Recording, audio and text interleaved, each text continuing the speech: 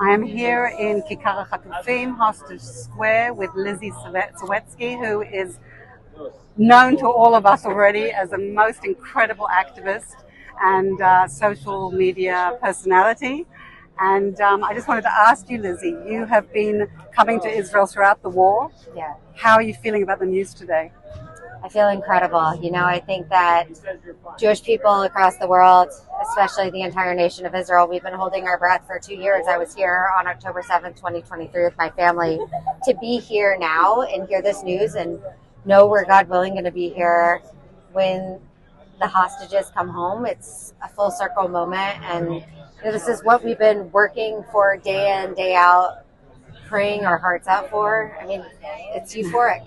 And to be here tonight surrounded by people who feel the same way as me.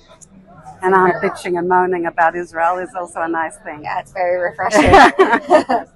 Lizzie, Lovely. tell me, before the war, were you as Zionistic, were you as excited about Israel, or has it really kindled in you something bigger and stronger? I started doing this work full time in the spring of 2021 when Hamas attacked Israel with rockets, killing innocent civilians at that point. And I saw how the world turned against us on social media for really the first time I could remember in being in this space.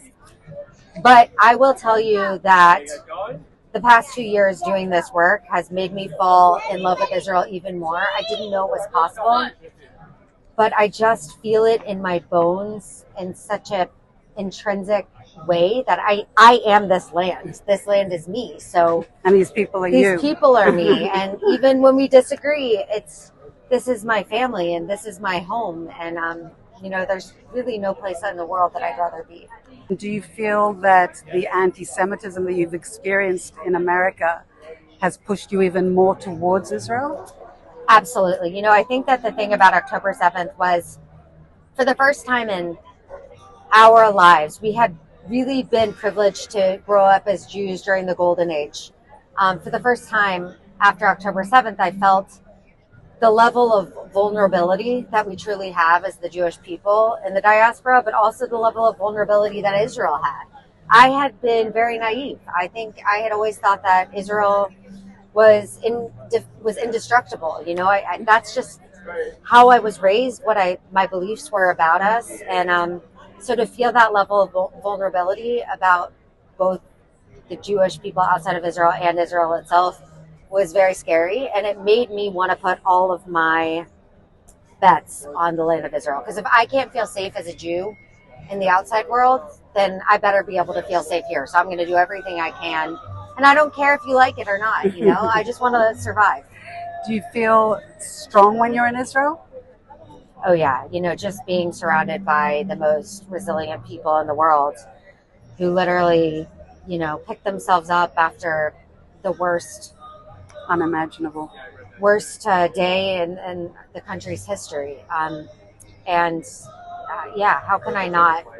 It reinvigorates me every time that I come here. And you feel optimistic the deal's going to go ahead. We're going to see our hostages back on Monday or Tuesday. I feel it's going to go smoothly. It's going to happen. Look, I think we have to hang on to as positive of an attitude as possible while still having our eyes open to the fact that we are dealing with Hamas. And we know that they like to play their games. They've done it every time before. So we will have to wait and see. But this is by far the best situation that we've been in 2 years. And I think we have every reason to feel great. And Do you think this is victory? I think we still have a ways to go. We're still, it's a victory, but we are still fighting a war against global jihad. So this is very far from the end of our fight, but it is a very, very important step. And the people in Israel need to be able to start healing. They've very much been in the middle of this trauma. They haven't even had a moment to start the healing process. So I think that hopefully we'll be able to take a breath and take a step back from the fight for a moment and celebrate this. Well, Lizzie, thank you for talking to the Australian Jewish so News. much. Come and visit I us. love you. All you Jews, Aussie Jews that I've met are fabulous. Oh, that's amazing. Well, Lovely come and people. visit. I will.